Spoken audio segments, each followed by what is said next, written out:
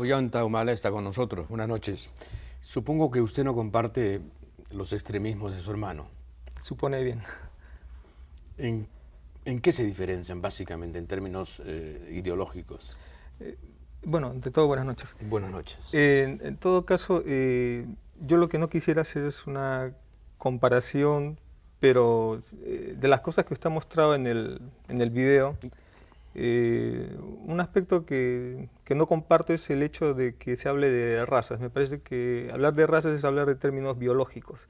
Yo creo que lo más correcto es hablar sobre culturas. Uno puede tener una apariencia externa, eso ya no es tan importante. Lo importante es cómo uno se ubica en el país, cómo uno se ubica. Entonces, eso es más importante. Lo otro, bueno, que... Y los paredones y los linchamientos aprobados y todo aquello que constituye, digamos, la vena radical expresada constantemente por Antauro Humala hasta llegar a lo de Andahuaylas, ¿no?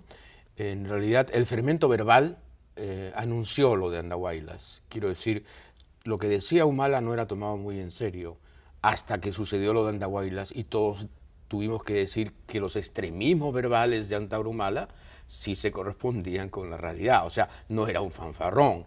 No, mi hermano en ese sentido hay que reconocer es íntegro. Es coherente con sus ideas, con sus acciones. Lo que hay que tener en cuenta es que, evidentemente, en el caso de los fusilamientos, bueno, yo pienso que no debemos salirnos de un marco jurídico, debemos mantener reglas de juego. Lo que sí le digo con toda franqueza, a mí no me temblaría la mano de aplicar con todo rigor la ley, que es lo que falta en el país. Hay mucha impunidad.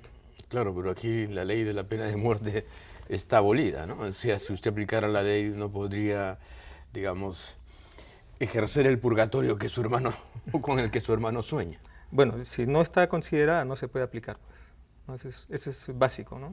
No podemos salirnos, si él o alguien quien tiene que ser gobierno, tiene que dar el ejemplo.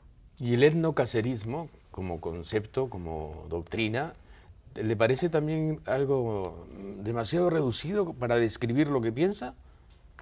Fíjese, en el etnocacerismo, yo conocí una parte del etnocacerismo, que es la parte que era como una doctrina contrasubversiva, como una contrapropuesta que se hizo en esa época a los generales, era una contrapropuesta que salió de los oficiales subalternos, los que ejecutábamos o que teníamos la presión de ejecutar la doctrina que ellos querían.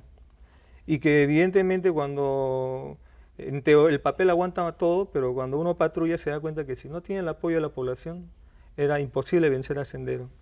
Entonces, en las escuelas de armas surgió esta doctrina etnocacerista. Etno porque era el reconocimiento de la valía de las culturas, de las diferentes culturas étnicas que hay en el Perú, porque Sendero estaba en zonas aymaras, zonas quechuas, estaba en diferentes etnias.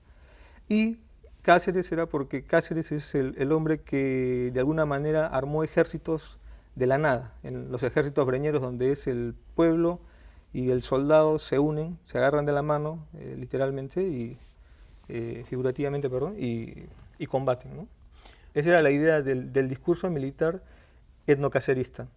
Ese discurso ha tenido mucho impacto y ha tenido una buena acogida en la oficialidad. Que fue un antídoto entonces contra Sendero y además contra la guerra sucia del Sí, Estado. sí, de todas maneras. Fue evidente eso. Esa era Entonces no es una doctrina de los hermanos Humala, es una doctrina que nació de oficiales menores del ejército durante la guerra antisubversiva. Es una doctrina, es un mérito en gran parte de mi hermano. Él estuvo muy preocupado por eso, él ha sido uno de los oficiales más operativos que ha tenido el ejército. Y plasmó lo que muchos oficiales se daban cuenta que era necesario. Pero de ahí después del 29 de octubre, después de salir del Real Felipe, los dos conversamos y decidimos hacer caminos distintos. Yo me reintegro a filas, al ejército, y Antauro inicia una carrera política. Esos caminos distintos mantienen sus líneas paralelas, no se han juntado ahora. No. Son líneas distintas. Yo recién tengo 40 o 41 días digamos, en una nueva situación en la cual me puedo expresar políticamente. Entonces yo no he pertenecido a ningún movimiento. ni al etnocacerismo, ni al A usted le han dado de baja nacionalismo. malamente. Abusivamente, abusivamente, ¿no? Usted esperaba continuar en el ejército, evidentemente. Claro, y no solo eso, he presentado una solicitud de reconsideración. Me parece que... Lo que pasa es que había una gran confusión acá. Todo el mundo decía, ¿cómo Ollanta Humala está de agregado aéreo ganando muchos dólares y su hermano está haciendo lo de Andahuaylas, invocando el nombre de Ollanta Humala? ¿Qué contradicción era esa? Bueno, en principio, en lo de Ollanta Humala ganando buena cantidad de dólares, es relativo. Usted vivido en Europa. Usted sabe lo que cuesta vivir en París o en Seúl. Seúl es la 7ª capital más cara del mundo y a mí el ejército no me pagaba ni vivienda, nada, como en otras agregadurías. Yo he pagado todo y con el presupuesto tan exiguo que yo tenía que, de alguna manera... ¿Cuánto ganaba como agregado? $8.000, 8.100, $8.000. Pero viviendo en París y viviendo en Seúl. Sí, ¿no? Y que no puede, es mucho. Sí, no puede vivir en cualquier hueco porque usted es representante del país. Pero sí es mucho para un presunto humalista, etnocacerista. No, Eso es lo que la gente yo decía, creo, y aquí mismo decíamos. yo creo que es mucho para un congresista que vive en el Perú y que recibe 14 sueldos al año. Acá sí es mucho, es un sueldo sin vergüenza. Pero en París, en Seúl o en Londres no es mucho.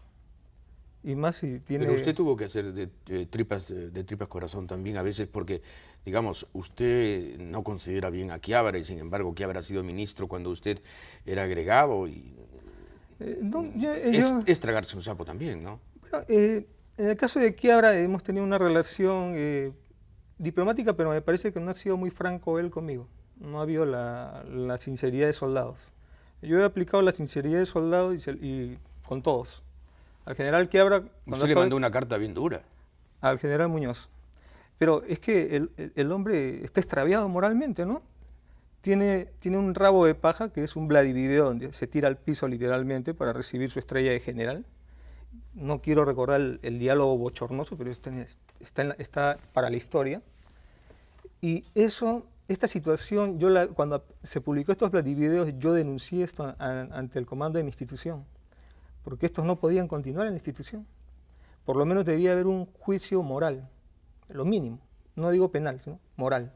Eso no se hizo, y esto se lo hice saber en ese momento al doctor Pañagua cuando estaba de presidente a través de uno de sus ministros. El hombre tampoco quiso meterse en ese lío, simplemente no quiso tocar a la institución y se perdió una oportunidad histórica para hacer una reforma a fondo en la institución. No se ha hecho la reforma y la cúpula que tenemos es una cúpula medio manchada también. Sí, este general, el comandante general, como le digo, yo lo he denunciado y bueno, él ahora llega a la comandancia general y me corta la cabeza a mí, ¿no? Ahora, bueno, usted esperaba que fuera la respuesta. Como buen militar sabe que en una batalla se puede perder en el corto plazo, pero usted está en otra guerra, en la guerra de la política. ¿Usted viene a sumarse a la política? Mire, yo todavía me resisto. Así tengo cierta... No me inspiran no me siento muy bien con estos políticos de acá. Yo lo que sé hacer es servir a mi país como soldado. Estoy pidiendo mi reconsideración. Si no me la dan, bueno... ¿Qué va a hacer? Tengo que servir a mi país porque yo soy como el toro. Me han entrenado para hacer surcos, para servir a mi país. Si no lo hago dentro del ejército, veré en qué espacio dentro de la sociedad lo haré. Entre esos puede ser la política. Pero no integrado al movimiento de Antauro. No. No necesariamente. No. Yo creo que Antauro ha hecho un movimiento y yo creo de que si yo quiero entrar en política haría un movimiento, probablemente un movimiento, ¿no? Distinto. Sí, porque si fuera igual ya no haría. Pues.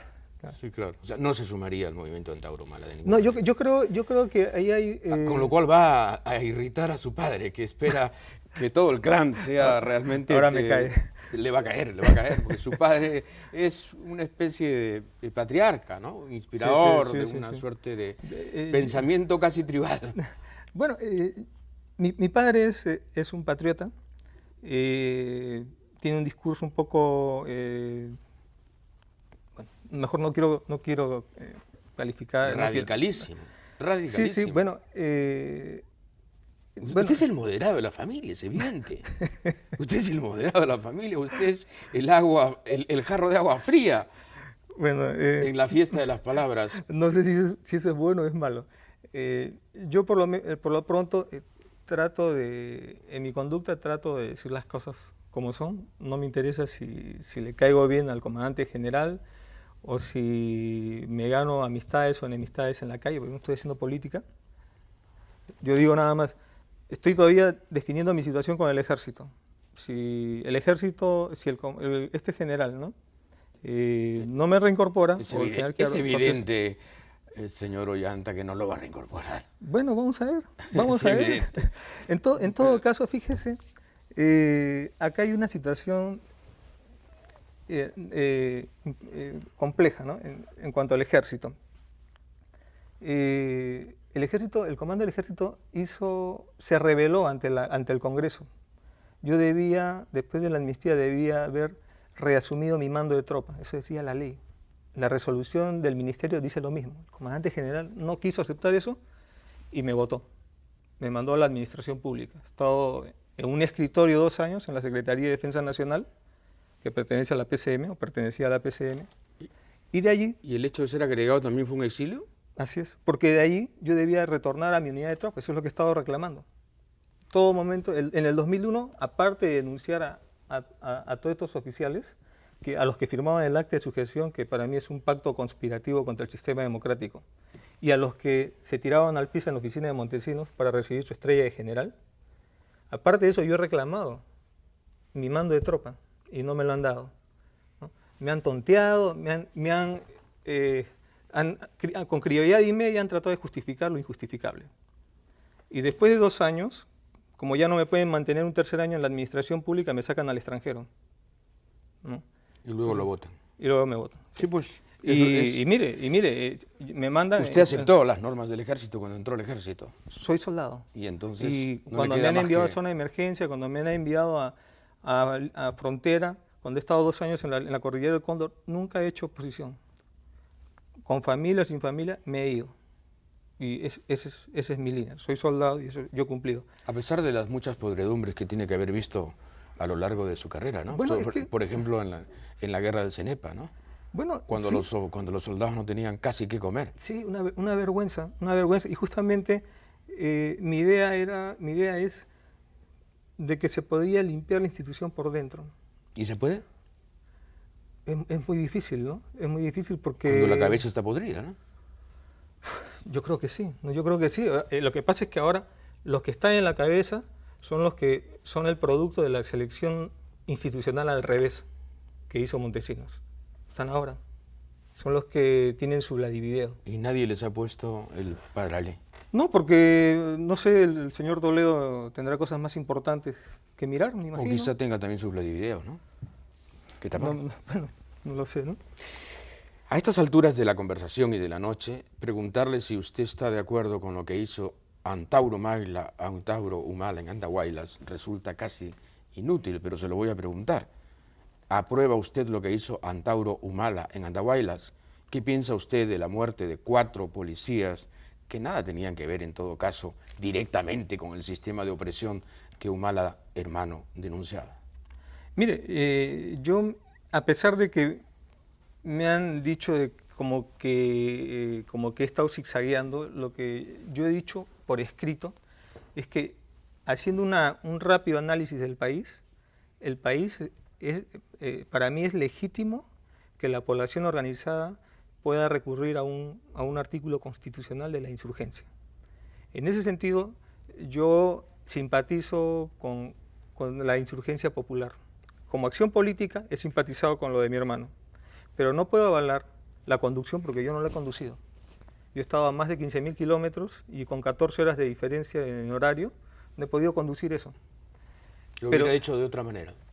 Bueno, ¿Habría evitado las muertes? Yo ya he demostrado, lo he hecho en el 29 de octubre, no ha habido muertes.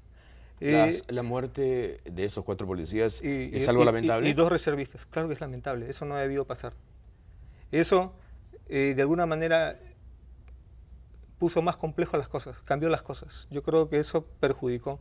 tremendamente. Yo no creo que mi hermano haya ordenado eso, estoy seguro de eso. Ahí ha habido exceso de personas determinadas, ¿no? Exceso inútil, ¿no? Además, De todas maneras. no parecía necesario. No, para nada, para nada. Ahora, el problema es que en la Constitución figura la insurgencia, pero no le dicen, no se puede reglamentar. Sí, pues. Es como Sí, reglamentar pues. el patriotismo, ¿no? Sí, claro. Entonces, esa es la responsabilidad del líder, del conductor. Cómo él visualiza, cómo él va a conducir una insurgencia. Cómo convertir la insurgencia en un acto moral, ¿no? Y no en un acto policial, digamos, de dudosa legitimidad. Bueno, También, es que ¿no? la cosa... Matar a 4 policías andahuaylinos en una comisaría, en un día feriado, quizás un poco alcoholizados, no resulta épico, ¿no? No, para nada. la historia, digamos. Pero ahí yo no sé... Resulta cobarde, más bien. Yo no diría tanto, yo no extremaría tanto las cosas, porque todavía las investigaciones, que yo sepa, no han determinado en qué circunstancias murieron. Creo que no murieron dentro de la comisaría, creo que han muerto en un puente, en un enfrentamiento entre reservistas y policías. Y también no hay que olvidarnos de 2 reservistas que han muerto, que también es lamentable. No solo debemos lamentar la una, sino las 2. Pero hemos visto el remate de uno de los policías heridos y eso nos ha conmovido mucho, ¿eh? Yo no sé, yo le escuché una entrevista con el señor Letts, y Letts le dijo que no había salido de lo del remate. Bueno, Letts no ve lo que no le conviene, ¿no? Bueno, él nunca ve. Sería peor, eso es condenable, no se puede, es un peruano, no es una guerra externa, es un peruano. El hombre simplemente está cumpliendo sus funciones ahí, ¿no? Como lo habría hecho usted. Claro. Como lo habría hecho usted. Claro. El problema para mí, sin quitar la responsabilidad de mi hermano, también hay una responsabilidad del gobierno. ¿Cuál es? A mí me parece que hizo una mala apreciación. Primero hay un problema de desinteligencia, ¿no? Porque, como usted mismo lo dice, Antauro estaba anunciando desde hace tiempo. Cantadísimo. ¿No? Es más, hubo exhibición de armas. Entonces, ¿qué pasó? ¿Qué pasaron con los servicios? Nada, inteligencia no hizo nada. Ese es un problema. El otro problema es que para mí el análisis del gobierno ha sido que es un problema meramente delincuencial y no ha pasado su análisis más allá de Andahuaylas. Entonces sale el señor Toledo diciendo, pues, bueno, he dejado a los expertos, ¿no? O sea, le está, así como en el 84 le dejaron a los expertos la solución del problema de los abigeos en Ayacucho, ¿no? Que eran los senderistas. Igual, pues. Entonces, están ahí, van ahí, ¿cuántos muertos van a haber? Su concepción de que el ejército no puede ser el mastín de una clase dominante decadente, es una concepción que viene de muy lejos y que cobró un dinamismo extraordinario en la época de Velasco. ¿Tiene algo de velasquista su posición? Mire, no quisiera etiquetarlo, pero definitivamente yo pienso que el ejército es el guardián no de un gobierno, es el guardián de la república, de lo permanente. Está más allá de los políticos. Los políticos pueden discutir lo que quieran, pero los soldados estamos para cuidar la república, que se mantenga tal cual. ¿Cómo pudo un solo hombre podrir el ejército del modo como lo hizo Montesinos? ¿Cómo un solo hombre pudo causar tanto daño en una institución, caramba, que había librado batallas como la del falso Paquicha, el 81, y que había combatido en el CENEPA casi sin recursos? Mire, el problema es allí, uno es que las instituciones verticales como el ejército, como Cancillería mismo, como la iglesia, ¿no? Se mueven normalmente sobre 2 problemas básicos, ¿no? Cambios de colocación y ascensos. Eso lo manejaba Montesinos. Usted es leal al que lo va a ascender, ¿no? Entonces, para eso... ¿Así de barato ese? No es barato, porque primero ha tenido que cortar cabezas, ha tenido que sacar y colocar su gente, ¿no? Y de ahí el problema cuando la institución es vertical es que si la cabeza se va para un lado, todos siguen para allá, ¿no? Algunos quizá le han reprochado, ¿por qué no se rebeló antes, cuando estaba en pleno poder Montesinos? Bueno, eso pues... ¿Qué habría pasado? El que me reproche eso, si es un militar, yo le diría, ¿y por qué no lo hiciste tú? ¿No? ¿Había miedo en esa época? Yo creo que ¿represión? No, el problema era de que lo intentamos, sino que hubieron circunstancias que no se pudieron. No crea de que a mí se me ocurrió el 29 de octubre, no, ese es un proceso que se da, ¿no?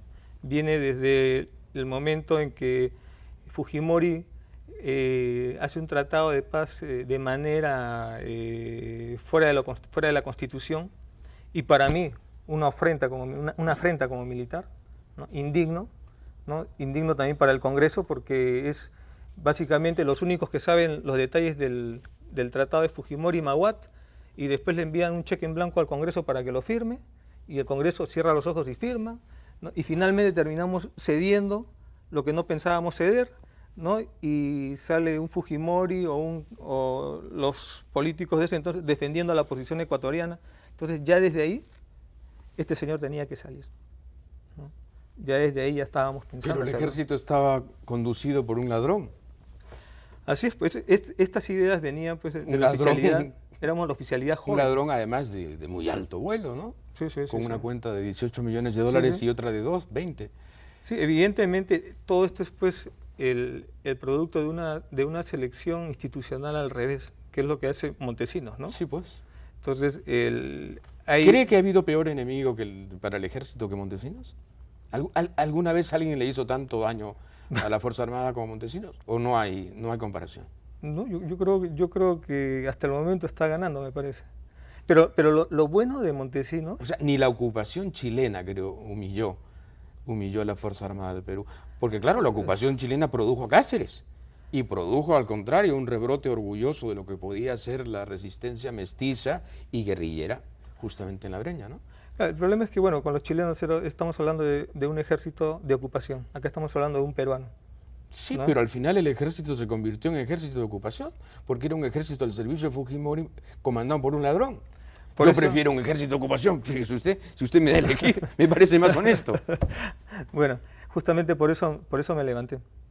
Y por eso creo que esa es una de las mejores cosas que he hecho en mi vida, y eso es para mis hijas, es una herencia, que se las dejo, ¿no? Por eso le digo con sinceridad, me molesta a veces cuando tratan de manchar esta acción, ¿no? En lo positivo, digamos, de Montesinos es que dejó Vladivideos, dejó pruebas, ¿no? Ahora ya no es que me la contaron, sino que sucedió, ahí está, mírelo, ¿no? Y eso es, digamos, lo rescatable del hombre. ¿Usted no tiene dudas de que ahora está sucediendo algo parecido y que por eso Toledo debería irse? Yo pienso de que Toledo me da pena porque debe estar sufriendo si es decente, porque no creo que se sienta muy bien gobernando un país con el 6%, ¿no? Y las paradojas del sistema democrático, de nuestro sistema democrático, es que inclusive él podría seguir gobernando tan solo con el voto de su hija Chantal, ¿no? Y firmar el TLC. Y no pasa nada. Ese es incoherente, ese es increíble si uno lo mira desde afuera, ¿no? Como un presidente con 6% puede continuar gobernando, ¿no? Es increíble. Yo creo que el hombre ya se deslegitimó, ¿no? En ese contrato, digamos, en ese contrato social, ¿no? En el cual el pueblo se compromete a obedecer y él se compromete a ser un buen mandatario, un buen representante leal y patriota, él no ha cumplido el contrato. Por eso yo digo, si él no da un paso al costado, si el Congreso se niega a vacarlo porque están defendiendo sus 14 sueldos, ¿no? Y están defendiendo la torta presupuestaria y dicen, bueno, que continúe, es un mal gobernante, porque todos lo dicen, es un mal gobernante, pero debe continuar porque este es el representante del sistema democrático. Y ahí digo, caramba, no tenemos representantes entonces, estamos tan mal, ¿no? Y este es el representante porque somos un país democrático y él tiene que continuar. No es por eso, es porque ellos saben que el próximo 28 de julio tiran los dados y al que le tocó 6, bueno, en vez de 20 curules va a tener 40, ¿no? Es una repartición de la torta. En otras palabras, al pueblo lo están estafando. Le han robado su democracia, eso que prometió él, no ha cumplido, lo han estafado al pueblo. Es como cuando usted compra una gaseosa, compra esta agua mineral, ¿no? Y le dan agua sucia, ¿no? Usted puede hacer 3 cosas, ¿no? Se la toma, como dicen los políticos, le dicen, tómesela, para que la próxima vez me compre a mí mi agua. Otros pueden ser, bueno, la voto, pues, es una desobediencia pasiva. Y lo otro puede ser, usted va y reclama, ¿sabe qué tiene mi plata? Me ha estafado. Esa es la insurgencia, esa es la desobediencia activa, reclamarle su soberanía. Me ha estafado. Por eso yo creo que si el Congreso... Eso es lo que usted intentaría desde una perspectiva pacífica, de una perspectiva cívica, de una perspectiva democrática. Yo creo la resistencia frente a un gobierno deslegitimado. Yo creo que sí, yo creo que yo yo apoyaría, vería con beneplácito, simpatizaría, ¿no? De cualquier grupo organizado de peruanos que decida hacer una insurgencia popular. Plantarse ante el gobierno. Claro, porque este señor, si no paso al costado le digo, la otra medida sería la vacancia. El Congreso se niega a hacerlo por intereses personales, intereses de grupo. Entonces solo le queda al pueblo tomar las riendas de las cosas, ¿no? Cada día que pasa, yo creo que el país se va perjudicando más. Es cierto que durante unos 25 minutos dramáticos, usted, por teléfono, desde París, intentó disuadir a su hermano, convencerlo de que depusiera su actuación, de que terminara con la sonada. Mire, ¿Esa conversación fue así dramática?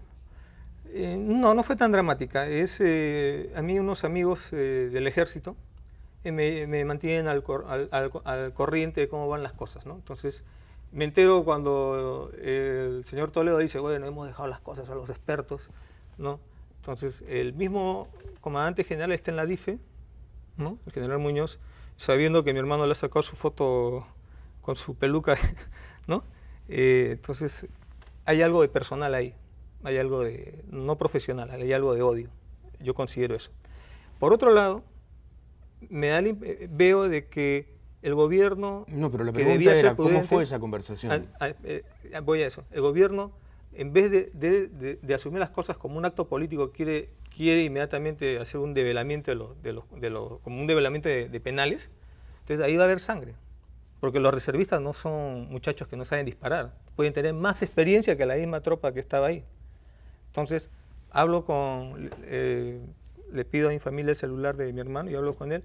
Y bueno, como militares hacemos un análisis nada más, ¿no? De formas de acción que tienes, qué posibilidades tienes de esto, ¿no? Entonces, él mismo llega a la conclusión, ¿no? De que, bueno, si hay un... ¿Las muertes ya se habían producido? Sí, ya habían creo 4 muertos, no, todavía no recuerdo bien, creo que ya habían muertos, pero podía desencadenarse una mayor cantidad de muertos. Entonces, era mejor ya bajar las cosas, que si el gobierno no entiende, no reflexiona, que él reflexione, ¿no? Que Antauro reflexione y tome una actitud de prudencia en ese caso. ¿Le recomendó usted prudencia? Sí, le recomendé, ¿no? ¿Y él aceptó? Bueno, él no es que haya aceptado, ¿no? Sino que él ha visto, hemos repasado con él las posibilidades que tenía, pero le pregunto, ¿qué piensas hacer? ¿Qué piensas hacer, no? Y revisamos las cosas rápidamente como militares y bueno. No había salida. Yo creo que habían otras salidas, pero era lo mejor en este momento porque era evitar un mayor costo de vidas. Y el problema es de que cuando ya hay muertos, ya los reclamos legítimos, por cierto, de que salga el señor Toledo de la presidencia, pues pasan a un segundo plano, porque ya la cosa se centra en las víctimas. Entonces ya se pierde el inmenso error fueron las muertes. Yo creo que sí, yo creo que ahí... tal vez las cosas se le escaparon de la mano, tal vez. Y entonces, después de ese análisis compartido por el teléfono, la conclusión era que, en fin, lo mejor era terminar con el asunto. Yo creo, sí, eso, y también se lo hice saber al gobierno, a través de unas declaraciones de radio, que bueno, ya mi hermano había decidido de poner las armas. Si había algún acto de violencia a partir de eso, ya era enteramente responsabilidad del gobierno. Claro, lo que pasa es que después hubo un reclamo popular para que su hermano se mantuviera en sus posiciones y hubo un momento realmente abismal en donde parecía que todas las cosas se iban a desbordar otra vez, ¿no? La cosa era complicada porque es que ya la gente está enardecida, ¿no? Es como... Sí, pues. A veces una batalla empieza con un disparo accidental también. Así pasan las cosas, ya están ahí dos fuerzas frente a frente y no solo eso, ¿no? El pueblo ha acogido a los francotiradores del ejército y en un momento Antauro tenía como 17 prisioneros. Sus reservistas, no sé si habían cogido a los prisioneros, yo creo que era el pueblo mismo que estaba cogiéndolos. No sé, y eso podía terminar en unas cosas más un espiral, ¿no? De violencia. Y por otro lado también, como soldado, me es muy difícil combatir entre soldados. Para nosotros, los dos somos soldados, somos del ejército. Es muy difícil apretar el gatillo, ¿no? Personalmente le digo, ¿no? Yo como oficial, tengo un oficial al frente, es mi compañero, es mi colega, mi camarada, ¿no? No es otro ejército. No lo tendríamos a usted en una guerra civil entonces. Es decir, cuando las guerras civiles ocurren cuando los ejércitos se dividen precisamente, ¿no? Sería muy difícil, tendría que ser una situación muy sui generis. Ni aunque fuera Muñoz. No, a mí el general Muñoz, en todo caso, yo no digo que sea un mal hombre. Yo creo que el hombre está equivocado, no lo descalifico profesionalmente, puede ser un buen profesional, pero tiene un pequeño error, no es un pequeño, tiene un error. Y eso no le permite comandar una institución. Haber sido felpudo Montesinos.